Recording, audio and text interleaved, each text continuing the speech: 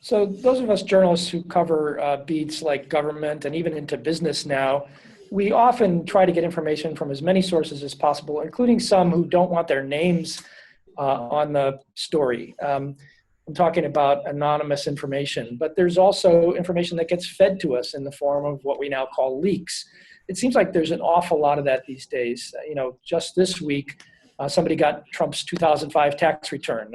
I'm still not sure if that was a leak from somebody who opposes Trump or if it came from Trump himself. But can you talk about what standards we journalists need to follow when we're working with anonymous sources? Is it reliable? How do you know?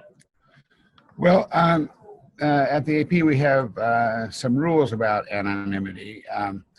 First of all, a person asking for anonymity needs to have a good reason and needs to be able to say what the reason is.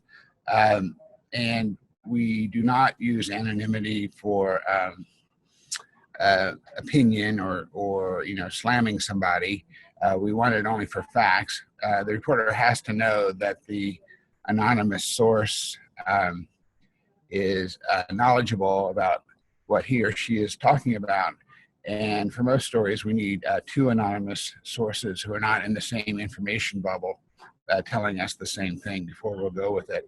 And a reporter who uses anonymity has to get the approval of his or her editor, and the editor needs to know who the source is as well.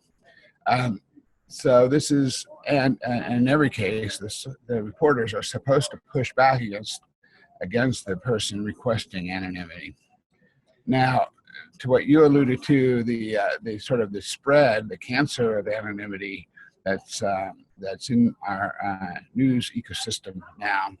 There's been a tendency from officials, from people in the White House, in Congress, in government departments, not to want to take responsibility by name for what they're saying. And so they will say, okay, this briefing, we have to do it on background. And the reporters, can say, well, I'm not going to use it in that case, and should push not to have that. But there is an increasing trend, I think, by officialdom to want to hide behind the word source, or when they give out information that really does belong to the public, since they're being paid by the public.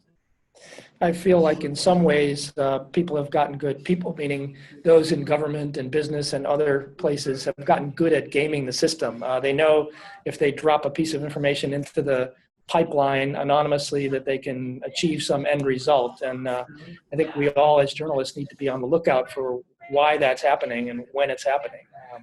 Yeah, often they'll say, oh, well, please don't use my name because I can be more candid with you. But what we find a lot of times is they aren't that candid even when they're on background. And the other thing we try to do is, if we're in this kind of situation and we have no other choice but to do it anonymously, we look at it afterwards, and we look at the quotes or pieces of information in the interview and say, well, can we go on the record with this? And usually there's a negotiation that follows. One way or the other, the information gets out, but but of course, readers rightly question when they see anonymous sources, and they question the motives of the person giving out the information, and also they question the authenticity of the information.